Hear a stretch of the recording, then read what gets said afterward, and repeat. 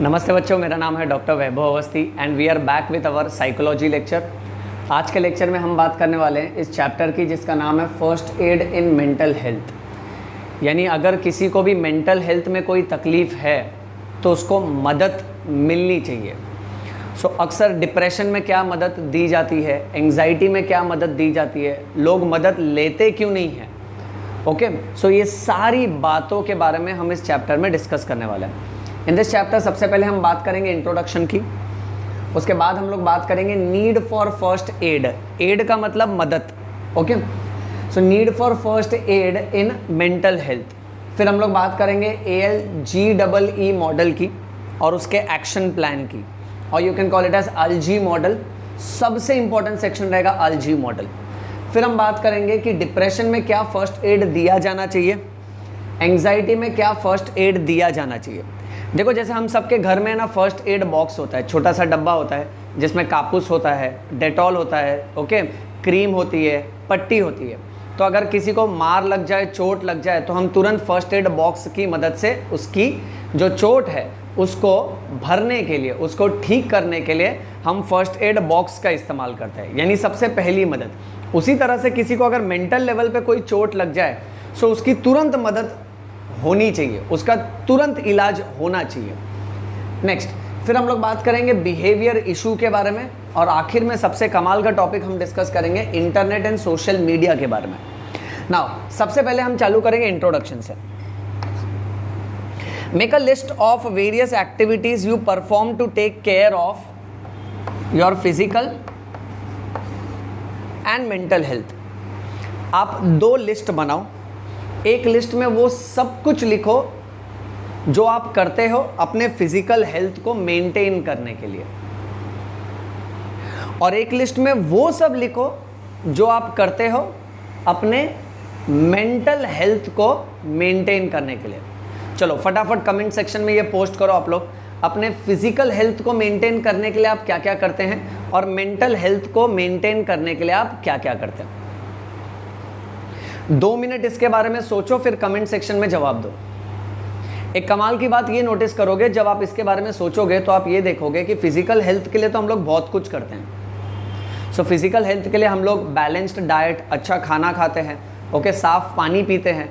उसके साथ साथ कैसा है ना कि हम लोग अगर बीमार पड़े तो डॉक्टर के पास जाते हैं, दवा लेते हैं, राइट। फिजिकल हेल्थ के लिए फिर हम एक्सरसाइज करते हैं, बहुत कुछ करते हैं, बट मेंटल हेल्थ को हम लोग अक्सर इग्नोर करते हैं। मेंटल हेल्थ के बारे में हम सोचते ही नहीं हैं।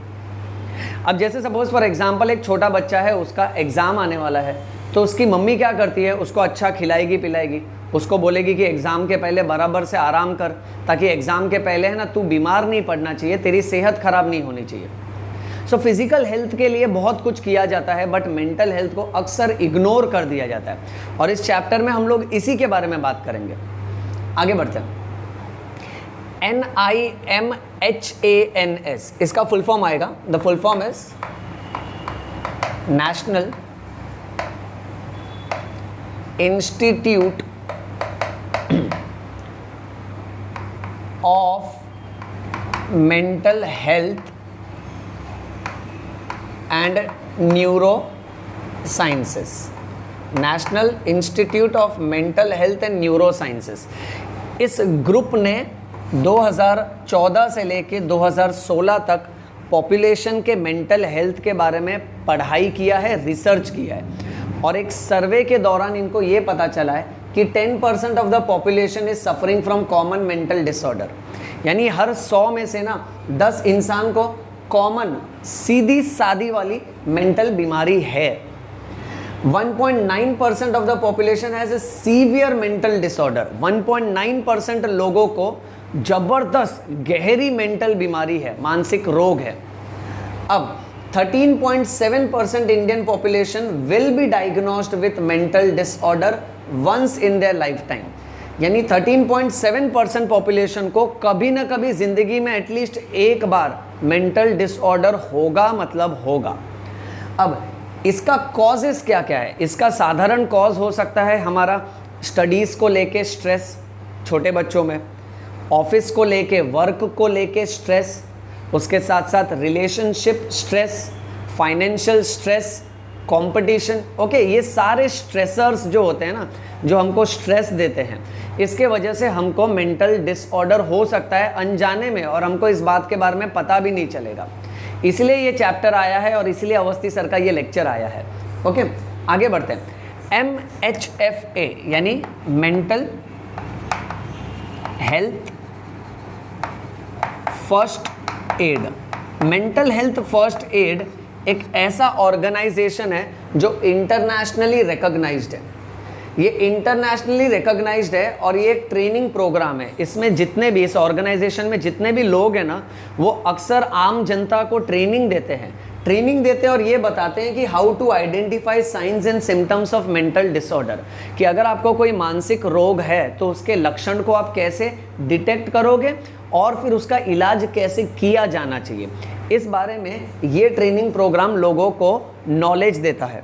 This training program was developed by Betty Kitchener and by Anthony Jorm. सबसे कमाल की बात है, बेटी किचनर जो है ना, ये एक नर्स थी, और एंथोनी जॉम जो है ना, ये साइकोलॉजिस्ट थे ऑस्ट्रेलिया से। So Anthony Jorm was a psychologist from Australia, ये याद रखना। आगे बढ़ते हैं। Next, hurdles to receive treatment. अक्सर मेंटल रोग में, मानसिक रोग में जब लोग ट्रीटमेंट लेना चाहते हैं पर ट्रीटमेंट लेते नहीं हैं। लोग अक्सर ट्रीटमेंट क्यों नहीं लेते हैं? अगर किसी को डिप्रेशन है या एंग्जाइटी है या हद से ज़्यादा कोई मेंटल बीमारी है तो लोग ट्रीटमेंट इतना आसानी से नहीं लेते। क्यों? उसका रीज़न क्या क्या है? Number 1, lack of knowledge. लोगों को पता ही नहीं होता कि उनको कोई मेंटल बीमारी हो चुकी है। सेकंड, लैक ऑफ अवेयरनेस, जागरूकता ही नहीं है इसके बारे में, लोगों को पता ही नहीं है। अब इस तरह का लेक्चर अगर लोग देखेंगे तो उनको पता चलेगा कि इस तरह से धीमे धीमे अनजाने में मानसिक बीमारी बन जाती है। आपका कौन सा स्ट्रेस जो आपको लग रहा है नॉर्मल है, सब कुछ सही है, बट वो एक मेंटल बीमारी हो सकता है। उसके लिए आपको सही काउंसलिंग और सही तरीके के गाइडलाइंस की ज़रूरत है। Lack of awareness. Number 3, treatment cost. Counsellors और ये सब का है ना, कॉस्ट काफ़ी ज़्यादा होता है। Next, non medical concepts. अभी कैसे ना, लोगों ने फिर बीच बीच में अलग अलग कॉन्सेप्ट्स ला दिया है। अगर समझो किसी को कोई मेंटल बीमारी है तो लोग बोलते हैं कि किसी ने ब्लैक मैजिक किया है इस पे, ओके, एविल स्पिरिट है, कोई आत्मा है, कोई परमात्मा है, ओके, किसी शैतानी ताकत का प्रकोप है। तो ये सब बुरी बुरी बातें और बेकार की बातें बीच में आ जाती हैं। Next, professionals shortage. जो ट्रेंड मेंटल काउंसलर्स होते हैं ना, ट्रेंड प्रोफेशनल्स होते हैं, उनकी बहुत कमी है।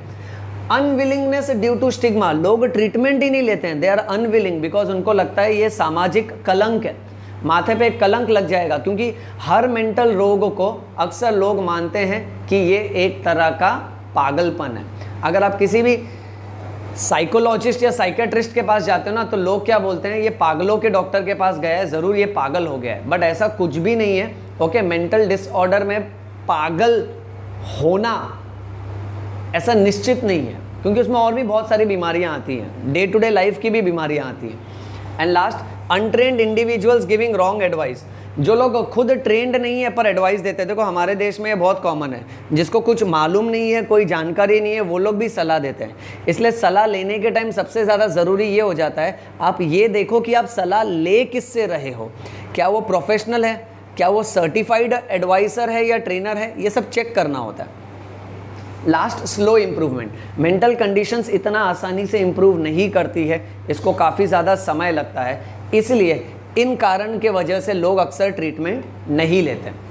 अब नेक्स्ट वाले सेशन में, नेक्स्ट वाले कॉन्टेक्स्ट में हम बात करेंगे नीड फॉर फर्स्ट एड की। ओके, तब तक इसका स्क्रीनशॉट ले लो बच्चों, स्क्रीनशॉट ले लो इसका। All right, let's continue. Now, next what we are going to talk is why there is a need for first aid in mental illness. अगर किसी को मेंटल इलनेस है तो क्या ज़रूरत है कि उसको इलाज करवाना चाहिए, क्यों उसको क्यों इलाज करवाना चाहिए। सबसे पहला रीज़न है सोशल स्टिग्मा। अक्सर है ना, मेंटल इलनेस, मानसिक बीमारी के मामले में लोग ये मानते हैं कि मानसिक बीमारी क्या है, वो इंडिविजुअल का पर्सनल फेलियर है, वो इंसान खुद ही नाकामयाब है अपने ज़िंदगी में, वो इंसान फेलियर है, वो इंसान लूज़र है। सेकंड, कुछ लोग मानते हैं कि वो इंडिविजुअल इंटेंशनली ऐसा कर रहा है, जानबूझ के ऐसा पागलपन जैसा हरकत कर रहा है, जानबूझ के रोता है, जानबूझ के डिप्रेशन का नाटक करता है, ओके, जानबूझ के वो बहुत ज़्यादा गुस्सा हो जाता है।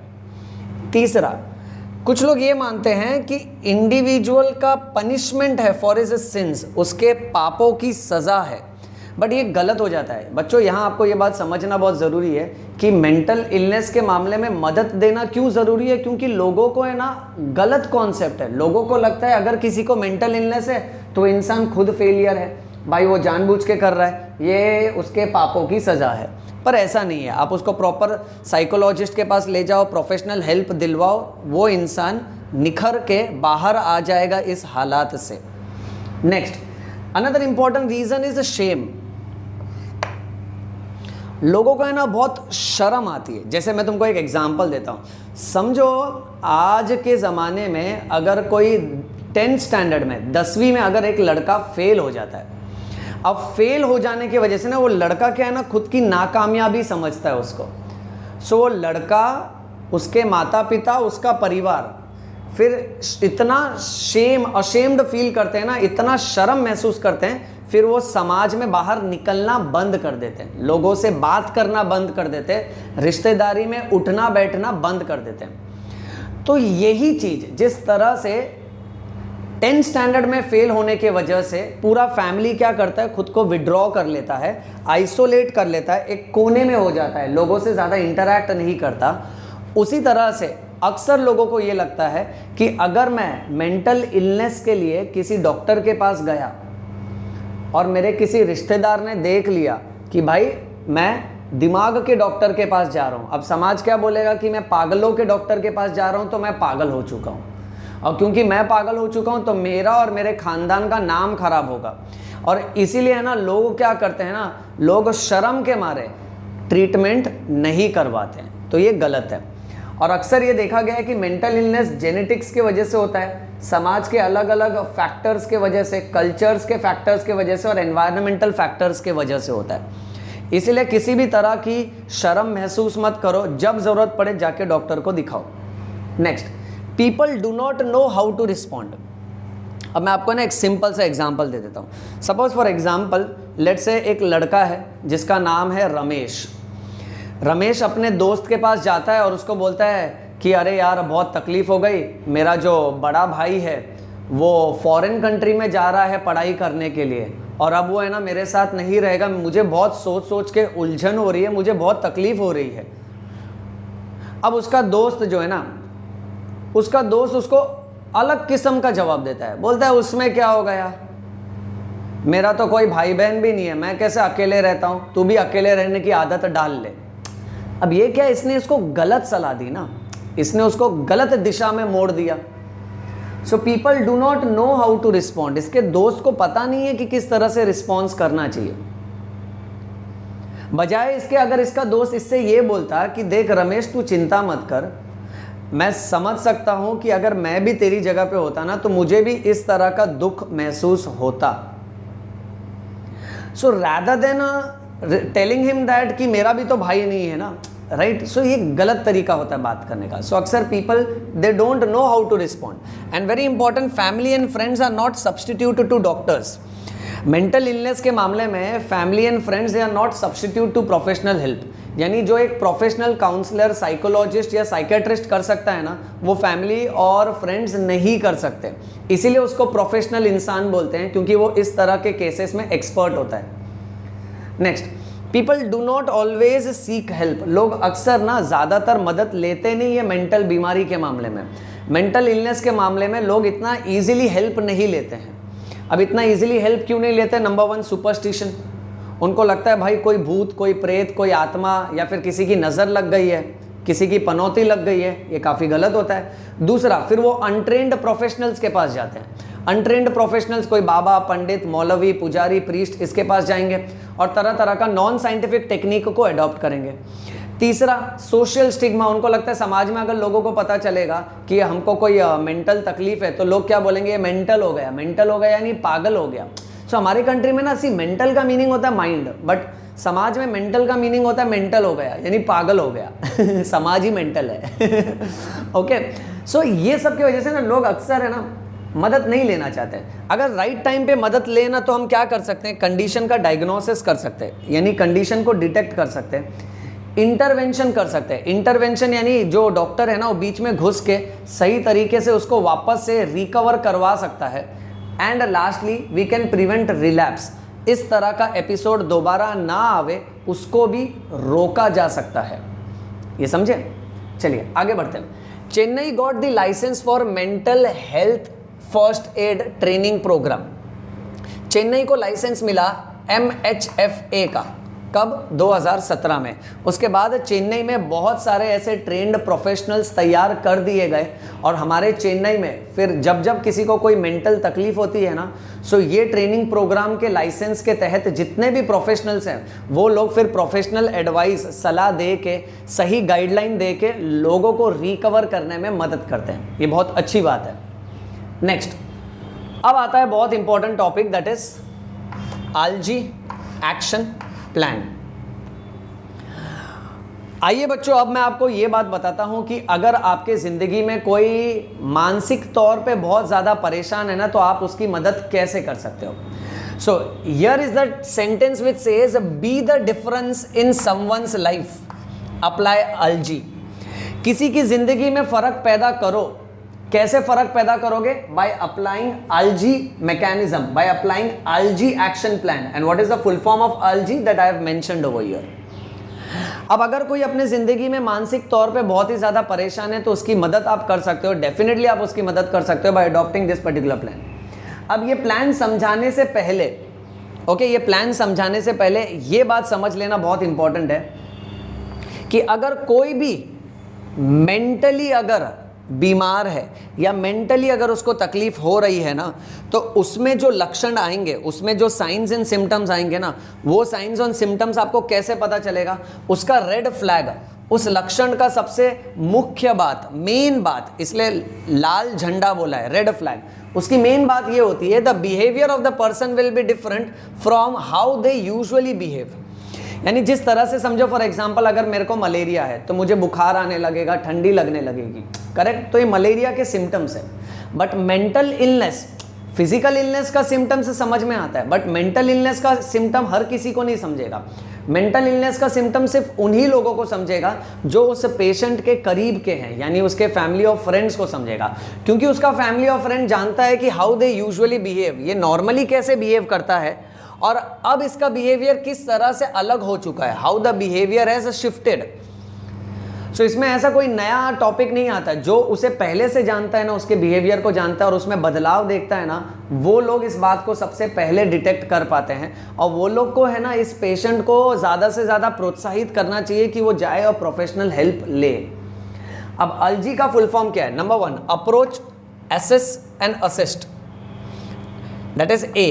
L stands for listen non-judgmentally, okay? यानी आप पेशेंट को अप्रोच करो, उसके पास जाओ, उसकी तकलीफ को टेस्ट करो, ओके? उसको जांचो, उसके मन को जांचो और उसकी मदद करो, असिस्ट करो। फिर उसकी बातों को सुनो नॉन जजमेंटल होके, यानी बिना अपनी फिक्स्ड आइडियाज़, अपने विचार उस पर थोपो मत, पहले सुनो, बिना कोई जजमेंटल आउटलुक के उसको ध्यान से सुनो, उसके मन की गहराई की बातों को सुनो, क्योंकि कोई इंसान अपने मन की गहराई की बात इतना आसानी से बताता नहीं है। नेक्स्ट, गिव सपोर्ट इन्फॉर्मेशन, फिर उसको है ना सपोर्टिंग इन्फॉर्मेशन दो, उसको प्रोत्साहित करो, उसको प्रोत्साहित करो कि प्रोफेशनल हेल्प ले और उसको प्रोत्साहित करो कि खुद का ख्याल खुद रखे, सेल्फ हेल्प करे। अब मैं आपको एक किस्सा सुनाता हूँ बच्चों, ये कहानी ध्यान से सुनो। ये कहानी एक 19 साल के लड़के की है जिसका नाम है अली। अली अपने कॉलेज में है ना क्रिकेट टीम का कैप्टन है, पढ़ाई में बहुत ही ज़्यादा होशियार है और कॉलेज में सारे एक्टिविटीज़ में बहुत आगे रहता है। सो अली कैसा ना, he is student of the year, अपने कॉलेज का जाना माना बहुत ही प्रसिद्ध, बहुत ही फेमस स्टूडेंट है। अब पिछले 1 महीने से क्या हो रहा है ना कि अली का बर्ताव थोड़ा अजीब किस्म का हो रहा है। अली लोगों से इंटरैक्ट नहीं कर रहा है। अक्सर वो बहुत ही फेमस है कॉलेज में, सब लोग उसको जानते हैं, उसको बहुत पसंद करते हैं, लोगों से बहुत बात किया करता है, लोगों में बहुत ज़्यादा मिक्स हो जाया करता था। बट अब पिछले 1 महीने से अली ना तो किसी से बात कर रहा है, ना ही किसी का फ़ोन कॉल लेता है, ना ही किसी के टेक्स्ट मैसेज का रिप्लाई करता है। और तो और अली का अपनी गर्लफ्रेंड के साथ ब्रेकअप हो जाता है, उसका अपनी गर्लफ्रेंड के साथ एक टॉपिक के ऊपर बहस हो जाती है, उसके बाद ब्रेकअप हो जाता है और अली बहुत ही ज़्यादा गिल्ट, बहुत ही ज़्यादा पश्चाताप महसूस करता है। अली जो स्पोर्ट्स में, क्रिकेट में सबसे आगे हुआ करता था, अब वो अली एक क्रिकेट मैच में जाता है और वहाँ पर अचानक से अंपायर के साथ झगड़ पड़ता है, बहुत बुरा झगड़ा करता है। अली दिन भर थका हारा महसूस करता है, उसका शरीर एकदम सुस्त हो गया है और उसको बहुत ही ज़्यादा टायर्ड फीलिंग आती है। किसी भी चीज़ में उसको किसी भी प्रकार की रुचि नहीं रही। अली खुद को एक लूज़र समझने लगता है। उसके टीम के जो सारे के सारे मेंबर्स हैं, ओके, उसके जो सीनियर्स हैं, वो बोलते हैं अली आपका परफॉर्मेंस अच्छा नहीं आ रहा है। अली का एक दोस्त है जिसका नाम है राहुल। राहुल ये सब बात ध्यान से गौर कर रहा है। सुनो, हाँ, बात बहुत ज़रूरी है। अली का दोस्त कौन है? राहुल। राहुल नाम तो सुना ही होगा। हाँ अली का दोस्त राहुल है ना, अब ये मेन हीरो है। जैसे हमारे हिंदी पिक्चर में हीरो होते हैं ना, शाहरुख खान। अब राहुल देखो क्या करता है। राहुल है ना, ये सब बात देख रहा है और राहुल समझ गया इस बात को कि how Ali was usually behaving, अब इसका बर्ताव अलग है। राहुल इस बात को समझ जाता है। राहुल देखता है यार मेरा दोस्त जो इतना पॉपुलर हुआ करता था, बड़ा चिड़चिड़ा हो गया, बड़ा सुस्त हो गया, बड़ा लूजर सा हो गया। अब राहुल क्या करता है ना, राहुल अलजी एक्शन प्लान को अडॉप्ट करता है। सो राहुल सबसे पहले है ना जाके अली के और दो खास दोस्तों से मिलता है, उनको इस बारे में बताता है। बोलता है कि यार तुमने अली में ये बदलाव देखा है? सो उसके दोस्त बोलते हैं हाँ हमने भी ये बदलाव देखा है। नंबर 1, अब ये तीनों दोस्त मिलके पॉजिटिव आइडियाज़ को बिल्ड करते हैं कि हमको अली को कुछ भी करके इस बुरे हालात से निकालना है। सो ये लोग अप्लाई करेंगे अलजी एक्शन प्लान नंबर 1। सो ये सब दोस्त मिलके पहले जाते हैं, अली को अप्रोच करते हैं, अली के पास जाते हैं, उसको बैठाते हैं, उससे बात करते हैं। बोलते हैं यार अली हमने ये सारी बातें नोटिस की है कि तुम्हारा बिहेवियर थोड़ा सा अलग हो रहा है। तुम वो दिन अंपायर से भी झगड़ पड़े उस मैच में। फिर उसकी मानसिक हालत की जांच करते हैं। जांच करना यानी कोई ब्लड रिपोर्ट्स ये सब नहीं कराते। देखो ये दोस्त है, तुम भी ये कर सकते हो, इसके लिए तुमको कोई एक्सपर्ट होने की जरूरत नहीं है, खाली टेक्निक याद रखना है। सो आप जाके उसको अप्रोच करो, एसेस करो। एसेसमेंट यानी टेस्ट करना, उसकी मानसिक हालत की टेस्ट करना, ऑब्जर्व करना और उसको असिस्ट करना, उसकी मदद करना, उसकी मदद करो कि वो उस हालात से बाहर निकले। सो ये दोस्त उसको समझाते हैं यार तुम अंपायर से झगड़ पड़े वो दिन, ऐसा क्या चल रहा था तुम्हारे मन में। नेक्स्ट, फिर लिसन नॉन जजमेंटली। अब जब अली बोलना चालू करता है ना, तो इसके किसी भी दोस्त जजमेंटल नहीं होते। सो अली बोलता है कि यार वो अंपायर देखना पागल था, फिजूल का आउट नहीं था फिर भी आउट दे दिया। अब दोस्त है ना मन में जजमेंटल नहीं हो रहे, वो अली को सुनाते नहीं है, नहीं वो अंपायर सही था, तू ही बच्चे जैसा झगड़ रहा था, पागल जैसा, तेरे को इतना भी अक्ल नहीं है, सबके सामने तू फिजूल का अंपायर से लड़ पड़ा जबकि अंपायर सही था। सो ये लोग उसको क्रिटिसाइज नहीं कर रहे। देखो जब आप किसी की सुनते हो ना, तो आप उसको क्रिटिसाइज मत करो, क्योंकि अगर आप सामने वाले को क्रिटिसाइज करोगे ना, तो कई बार सामने वाला गिल्ट में चले जाता है। गिल्ट में चले जाता है, उसको पश्चाताप होने लगता है, बोलता है यार मेरे खुद के दोस्त ऐसा बोल रहे हैं, सही में मैंने इतना गलत किया। ओके, तो उसको या तो गिल्ट आ जाएगा या तो फिर उसको अशेम्ड, शर्मिंदा महसूस होती है, शर्म आने लगती है। ओके, और फिर वो और डिप्रेशन में चले जाता है, खुद को लूजर समझने लगता है। देखो हमको इसकी मदद करना है, हमको इसको क्रिटिसाइज नहीं करना है। सो इसलिए इसकी बातों को सुनो नॉन जजमेंटल होके। सो इसके दोस्त बड़े ही प्यार से नॉन जजमेंटल होके इसकी बात सुनते हैं, बोलते हैं अच्छा ठीक है, ओके ओके। और अली बोलते जाता है वो अंपायर को इतना अक्ल नहीं है, पागल है, आउट नहीं था फिर भी आउट दिया, मेरे पे भड़ास निकाल रहा है, ये है वो है। सुन रहे हैं। अब उसका दोस्त ना अली को क्रिटिसाइज नहीं करता है। राहुल ये कहता है कि अली मैं भी तुम्हारी जगह होता ना, मुझे भी दुख होता, और मेरी टीम अगर हार रही है तो मुझे डेफिनेटली तुम्हारे जैसा ही दुख होता। अब राहुल ने क्या किया ना, अपनी किसी सोच को अली के ऊपर लादा नहीं है, अपनी किसी सोच को उसके ऊपर थोप नहीं दिया कि भाई तुम गलत थे, अंपायर सही था, नहीं, कि यार हमको लगता है तुमको चिल्लाना नहीं चाहिए था, हमको लगता है तुमको झगड़ा नहीं करना, नहीं, ऐसा क्रिटिसाइज नहीं कर रहा है। ये क्या कह रहा है उसको, ये उसको एम्पैथी दिखा रहा है। एम्पैथी यानी उसके हालात में जाके ये महसूस कर रहा है कि उसको क्या लगता अगर वो अली की जगह पे होता तो। सो राहुल इस तरीके से उसके साथ बात कर रहा है, एम्पैथी के साथ बात कर रहा है। इसलिए अली क्या करता है ना, अपनी मन की गहराई की बातें बताता है उसको। अगर राहुल और बाकी के दोस्त अगर अली को पिन मारने लगते हैं ना, अगर उसको क्रिटिसाइज करते हैं, उसको टोचने लगते हैं ना, तो अली क्या हो जाता है, डिफेंसिव हो जाता है, बोलता है यार ये लोग मेरे को क्रिटिसाइज कर रहे हैं। फिर वो अपने मन की गहराई की बात नहीं बताता था। देखो मेंटल इलनेस में ना doctors, professionals, friends, family members को ये सब बात सीखना बहुत ज़रूरी है। क्रिटिसाइज मत करो। ओके, आगे बढ़ते हैं। Next, give support information. फिर उसको सपोर्टिंग इंफॉर्मेशन दो। फिर है ना, एक दोस्त बोलता है अली को, यार अली फिक्र मत कर। ओके राइट, इस तरह के हालात होते रहते हैं। अली फिर और अपने मन की बात बताता है, बोलता है यार मेरी गर्लफ्रेंड से भी झगड़ा हो गया, मैं बहुत लूजर जैसा महसूस करता हूँ, बहुत हारा हुआ महसूस करता हूँ, बहुत थका हुआ महसूस करता हूँ, मुझसे कोई एक्टिविटी नहीं हो पा रही है। सो उसके दोस्त उसको सपोर्टिंग इंफॉर्मेशन देते हैं, उसको इमोशनल सपोर्ट देते हैं और इंफॉर्मेशन देते हैं।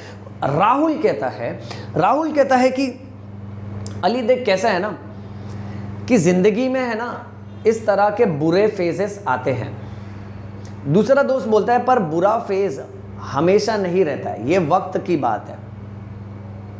ओके, और वक्त कभी भी सेम नहीं रहता। अगर तेरे जिंदगी में अभी अंधेरी रात है ना, सो हर अंधेरी रात के बाद सुबह तो आएगी ही। राहुल और सपोर्टिंग इंफॉर्मेशन उसको देता है, बोलता है कि दीज आर सेटबैक्स, ये सब जिंदगी में सेटबैक होता है।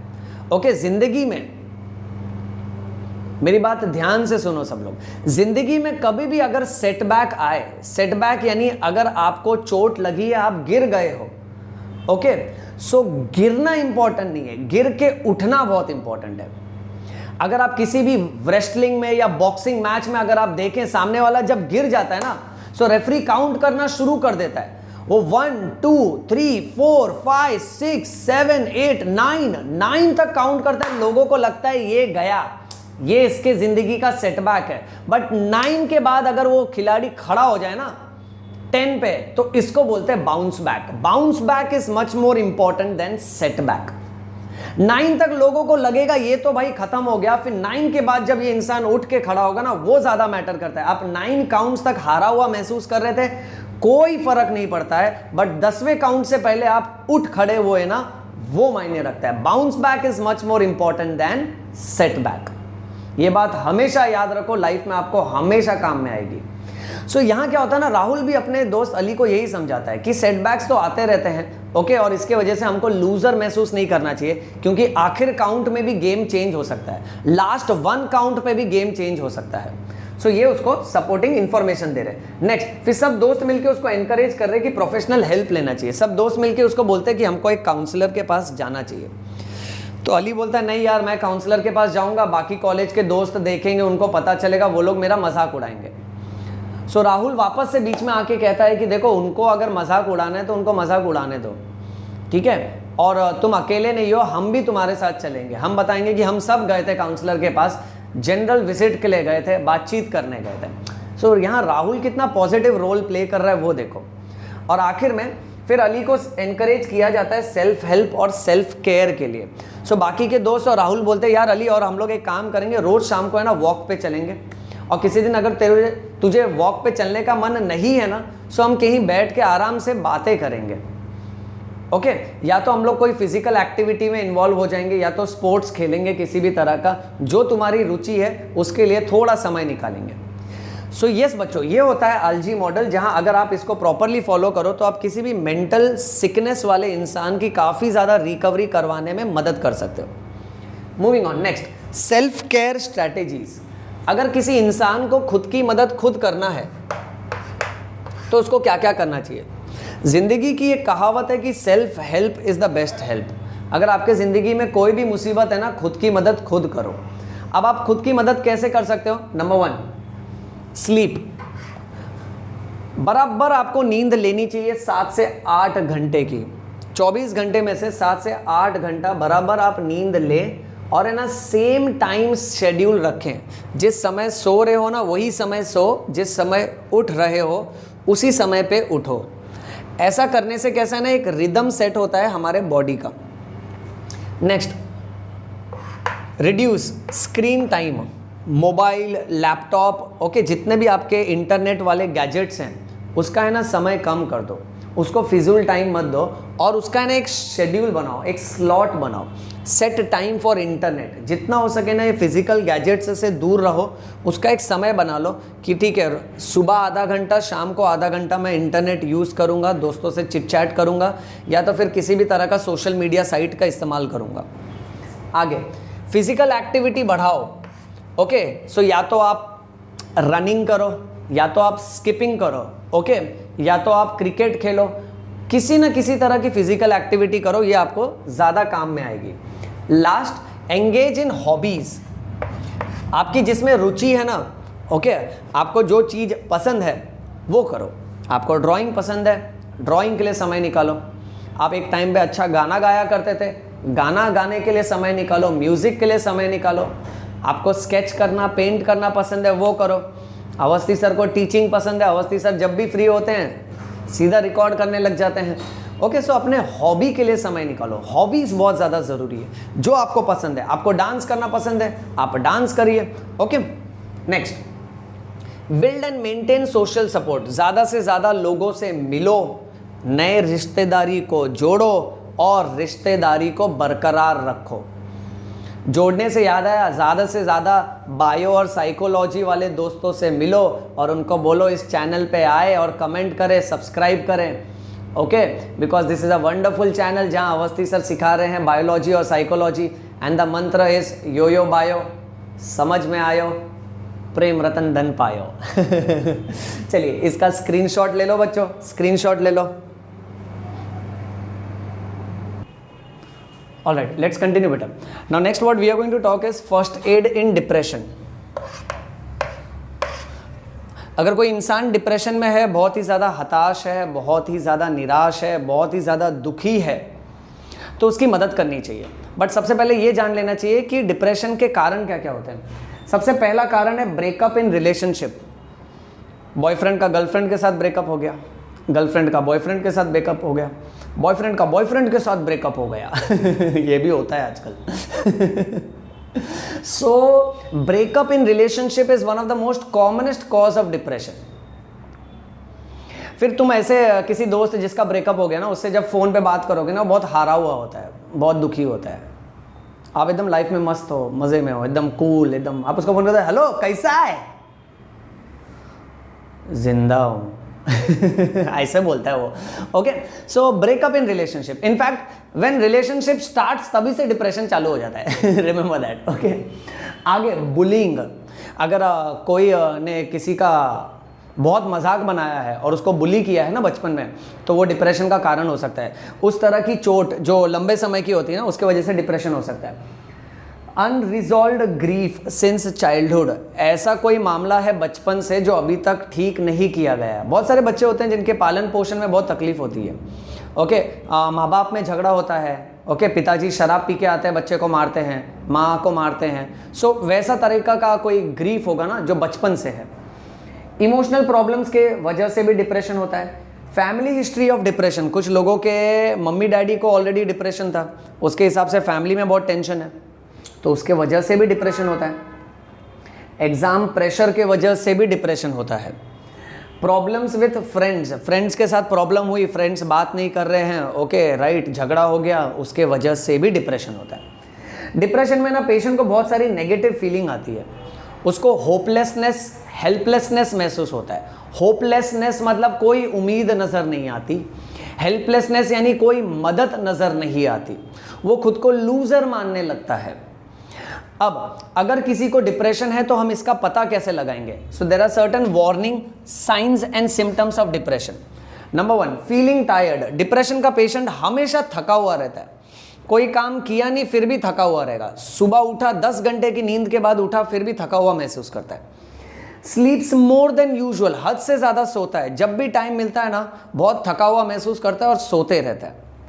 Next, not doing house hold course, course, हाँ चोर्स नहीं पढ़ने का इसको। Not doing house hold course, दिन का और घर का या ऑफिस का कोई काम नहीं करता है। इंस्पाइट ऑफ टेलिंग हिम कि ये काम करो, ये आपका रूटीन काम है, फिर भी वो काम नहीं करेगा। विड्रॉज हिमसेल्फ, किसी का फ़ोन कॉल नहीं लेगा, मैसेज पे ज़्यादा बात नहीं करेगा, दोस्तों से दूर हो जाएगा, फैमिली से दूर हो जाएगा, एकांत पकड़ लेता है और ज़िंदगी में अकेला हो जाता है, लोनली हो जाता है, उसको अकेला रहना पसंद रहता है, लोगों से दूर होने लगता है। अग्रेसिव, बहुत ही ज़्यादा झगड़ा करने लगता है, और लॉन्ग टर्म सैडनेस, मन में है ना बहुत ज़्यादा दुखी रहता है लंबे समय के लिए। पुअर परफॉर्मेंस, जो नॉर्मली काम कर रहा था ना उसमें इतना अच्छा परफॉर्म नहीं कर पाता है, या तो क्लासेस बंक करने लगता है या तो अपने ऑफिस वर्क को बंक करने लगता है, और किसी ना किसी तरह के अल्कोहल या तो ड्रग्स की आदत में लग जाता है। अब ये साइंस और सिम्टम्स अगर किसी में भी नजर आए ना तो समझ जाना वो डिप्रेशन में है और उसको मदद की जरूरत है। अब उसकी मदद करें तो कैसे करें? अब उसके लिए एक टेक्निक है जिसको बोलते हैं 5 4 3 2 1 टेक्निक। आइए दोस्तों, आज मैं आपको बताऊंगा कि अगर आप बहुत ही ज्यादा लाइफ में परेशान है, या कोई टेंशन है, या डिप्रेशन है, या किसी तरह की नर्वसनेस है, ओके, तो आप इससे कैसे निपट सकते हो। दो बहुत ही कमाल का टेक्निक नंबर 1 है 5 4 3 2 1 टेक्निक। अगर आपके लाइफ में अचानक से कोई स्ट्रेस आ जाए, आपको बहुत गुस्सा आ रहा है किसी पे, या फिर आप बहुत दुखी महसूस कर रहे हो, ओके, बहुत ज्यादा स्ट्रेस में आ गए हो, डिस्टर्ब हो गए हो ना अचानक से, 5 4 3 2 1 टेक्निक का इस्तेमाल करना। इमीडिएटली आंख बंद करके ना 5 चीजों के बारे में सोचो जो आपने देखी है। कोई भी 5 चीज, पिछले एक हफ्ते में आपने कौन सी 5 चीज देखी है। जैसे मैंने मोबाइल फोन देखा है, पंखा देखा है, ट्यूबलाइट देखा है, एसी देखा है, पर्दा देखा है, ओके। 4 चीजों के बारे में सोचो जो आपने छुआ है पिछले एक हफ्ते में। जैसे मैंने चौक को छुआ है, बोर्ड को छुआ है, कपड़ों को छुआ है, जमीन को छुआ है, और मेरे पालतू जानवर को छुआ है, ओके। 3 चीजों के बारे में सोचो जो आपने सुनी है। मैंने मेरे दोस्तों के आवाज सुनी है, मम्मी की आवाज सुनी है, रास्ते पे ट्रैफिक का आवाज सुना है। 2 सुगंध के बारे में सोचो। जैसे मैंने अपना लास्ट फेवरेट फूड पाव भाजी सूंघा था पिछले हफ्ते, बहुत मजा आया था, ओके। कल ही मैंने कमाल का परफ्यूम सूंघा है जो मेरे दोस्त ने लगाया था। एक स्वाद के बारे में सोचो जो आपने हाल ही में खाया था। ये बहुत ही कमाल की टेक्निक है। इस बारे में सोचो, आंख बंद करके फिर आंख खोलोगे ना तो आपका जो गुस्सा होगा, जो रिएक्शन होगा ना, वो काफी शांत हो जाएगा। आपका जो माइंड डिस्टर्ब हो गया ना, काफी शांत हो जाएगा। इसको बोलते हैं relaxation technique, that is 5 4 3 2 1 technique. और एक टेक्निक है जिसको बोलते हैं 4 7 8 टेक्निक, इन होल्ड आउट। यानी कभी भी आप बहुत ज्यादा गुस्सा हो जाए ना, या फिर कभी भी बहुत ज्यादा डिस्टर्ब हो गए, स्ट्रेस में आ गए हैं, ओके, किसी भी वस्तु, हालात, सिचुएशन, दोस्त, बॉयफ्रेंड, गर्लफ्रेंड, रिलेशनशिप की वजह से अगर स्ट्रेस महसूस हो रहा है ना, 4 7 8 टेक्निक अडॉप्ट करो। 4, अंदर सांस लो नाक से, 4 गिनो। 7 सेकंड के लिए उसको होल्ड करो, यानी सांस लेने के बाद मन में काउंट करो 1 2 3 4 5 6 7, और उसके बाद 8 काउंट के लिए सांस छोड़ो मुंह से, और धीरे धीरे गिनो, मन में गिनो 1 2 3 4 5 6 7 8। इसको बोलते हैं 4 7 8 टेक्निक। इस टेक्निक को अडॉप्ट करो, देखो क्या फर्क नजर आएगा, फिर आके कमेंट सेक्शन में बताना, ओके।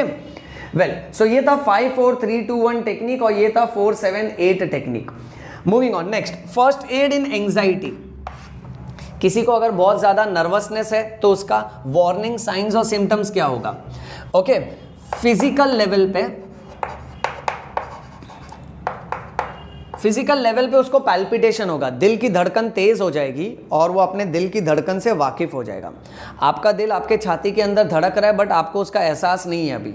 बट जब हमको डर लगता है ना, नर्वसनेस होने लगती है, तो दिल की धड़कन तेज हो जाती है और हमारा ध्यान जाने लगता है उस तरफ। When we become conscious of our own heart beat, that is called as palpitation. Shortness of breath, that is breathlessness, सांस लेने में तकलीफ, छोटी छोटी सांस लेगा, तेजी से सांस लेगा, सिर दुखने लगेगा, चक्कर आएगा, दैट इज डिजीनेस। रेस्टलेस, हड़बड़ाएगा, इधर उधर चीजें फटाफट करेगा, रिक्शा में बैठा फटाफट पैसा पहले निकालेगा, गिनने लगेगा फटाफट पैसे, ओके, समय से पहले चीजें करने की कोशिश करेगा, उसको बोलते हैं रेस्टलेसनेस। ट्रेमर्स, हाथ पैर कांपने लगेंगे उसको।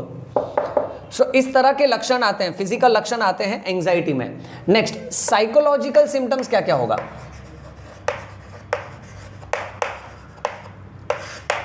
साइकोलॉजिकल सिम्टम में माइंड रेसिंग, दिमाग में ना बहुत सारे ख्याल ख्यालात रेस करेंगे, तेजी से दौड़ने लगेंगे, माइंड में there is overcrowding of thoughts, बहुत सारे सोच विचार आते हैं। कुछ कुछ लोगों का माइंड अचानक से ब्लैंक हो जाता है, कुछ कुछ लोगों को कंसंट्रेशन इशू होता है, ध्यान केंद्रित करने में तकलीफ होती है, कुछ कुछ लोगों को फॉरगेटफुलनेस होता है, गजनी बन जाते हैं। ओके, कुछ कुछ लोग बहुत चिड़चिड़े हो जाते हैं, कुछ कुछ लोग इम्पेशेंट हो जाते हैं, सब्र नहीं रखते, फटाफट फटाफट फटाफट काम करना होता है, फटाफट सोचते हैं और सब कंफ्यूज कर बैठते हैं, बहुत गुस्सा हो जाते हैं कुछ कुछ लोग, दैट इज एंगर। तीसरा, बिहेवियर के हिसाब से एंजाइटी का क्या वार्निंग साइन और सिम्टम है। बिहेवियर के हिसाब से जिसको एंजाइटी है ना, वो लोगों को अवॉइड करना शुरू कर देता है, रेपिटेटिव चेकिंग करता है, एक ही चीज बार बार देखते रहता है, मुंह बार बार धोएगा, सोचेगा मुंह साफ नहीं हुआ, एक ही चीज बार बार, एक ही पेज बार बार पढ़ेगा, एक बच्चा बार बार पढ़ रहा है, एक ही लाइन बार बार पढ़ रहा है, समझ में कुछ आया नहीं, दैट इज एंजाइटी।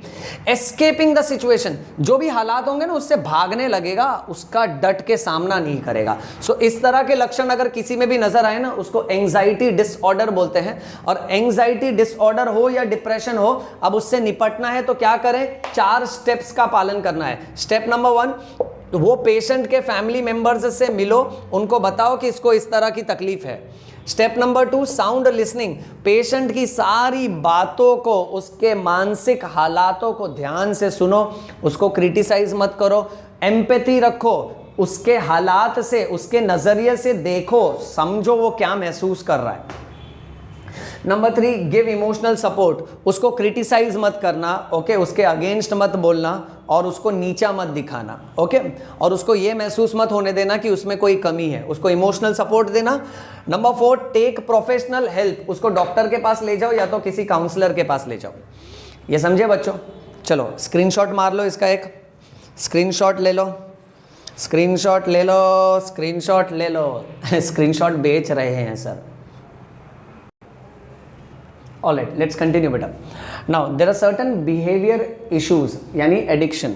कुछ कुछ अजीब तरह का बिहेवियर आ जाता है, लोगों को लत लग जाती है, लत लग जाती है बहुत शॉपिंग करने की, लत लग जाती है सोशल मीडिया की, एडिक्शन होता है ड्रग्स का, अल्कोहल का, गैम्बलिंग करने का।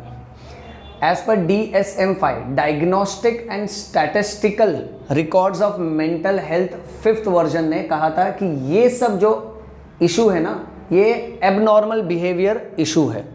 Okay, next. अब नेक्स्ट बात मैं आपको बता रहा हूँ ना, बहुत ही ज़्यादा इंपॉर्टेंट है। पानी पी लेता हूँ थोड़ा उसके लिए,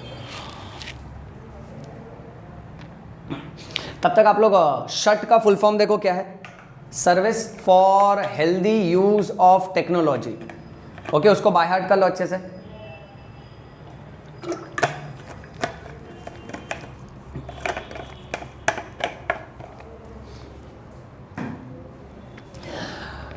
अब नेक्स्ट बात जो हम कर रहे हैं ना, बहुत ही कमाल की बात है, वो है इंटरनेट के बारे में। इंटरनेट को लेके बहुत सारे लोग परेशान हैं, स्टूडेंट्स खुद परेशान है, यार मैं पूरा टाइम इंटरनेट पे, सोशल मीडिया पे बिताता हूँ।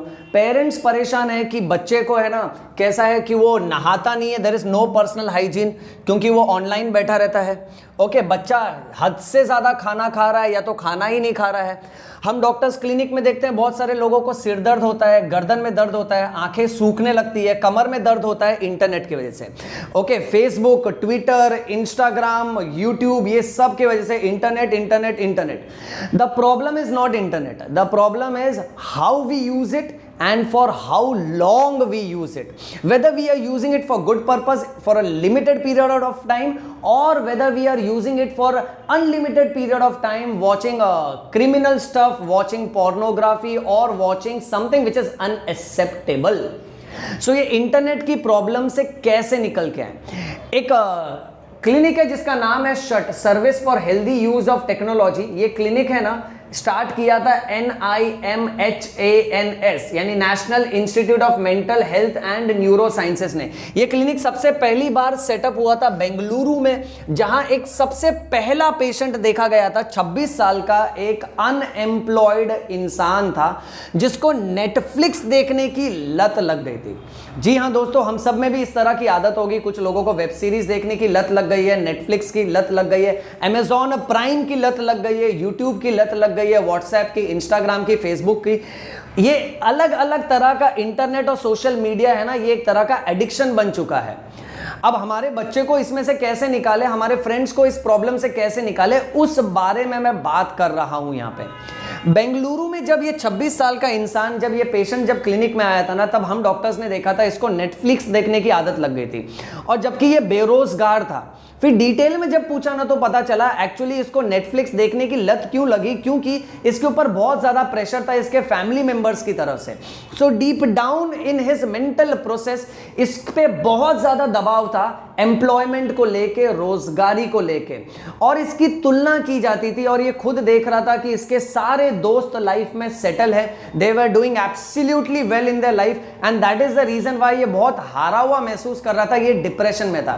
सो नेटफ्लिक्स की आदत छुड़वाने के लिए इसके डिप्रेशन का काउंसलिंग किया गया, उसका इलाज किया गया, फिर जाके ये आदत छूटी।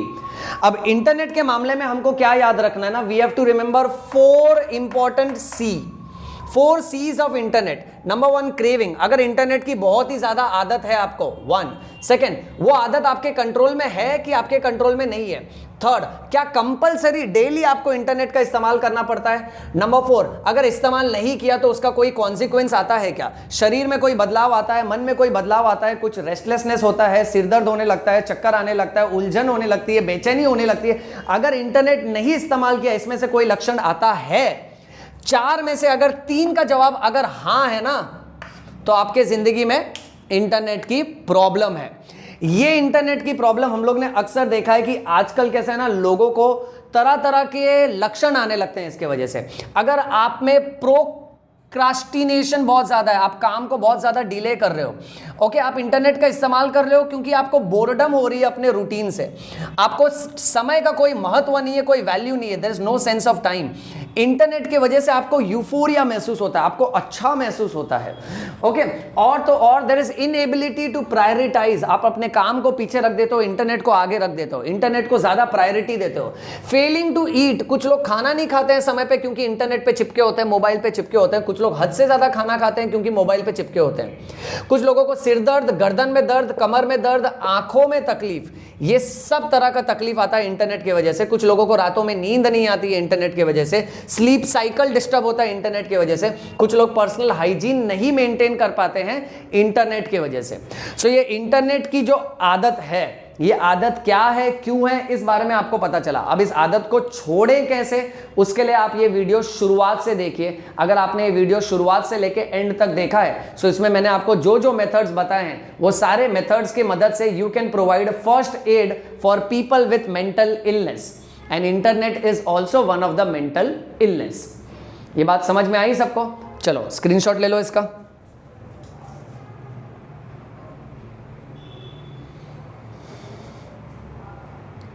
लिया? ऑल राइट बच्चों, सो ये था हमारा आज का लेक्चर जहां हमने बात की है first aid in mental illness की। मैं उम्मीद करता हूं कि ये लेक्चर आपको समझ में आ रहा है और आपके फायदे का है। ओके, अगर ये आपके फायदे का है ना, तो आप कमेंट सेक्शन में जाके लिख दीजिए योयो बायो, या तो आप कमेंट सेक्शन में अपना फीडबैक लिख दीजिए, और अपने फ्रेंड्स को भी इस तरह के लेक्चर्स फॉरवर्ड कर दीजिए। उनको ये लेक्चर पूरा का पूरा देखने के लिए कहिए, और उनको अगर फ़ायदा होता है ना, तो उनसे बोलो कि और लोगों को इस बारे में बताएं। क्योंकि मेरी सिर्फ एक ही इच्छा है कि लोग सेहतमंद रहे, लोग नॉर्मल मानसिकता रखें, और लोग अपने ज़िंदगी में कामयाब रहे, खुश रहें। इसी के साथ ये लेक्चर को एंड करते हैं। ओके, आने वाले समय में मैं और भी काम का और बेनिफिट वाला मटेरियल ज़रूर जोड़ने की कोशिश करूँगा आप लोगों के साथ। Okay, till then keep reading and keep rocking, and that's all for today. नमस्ते।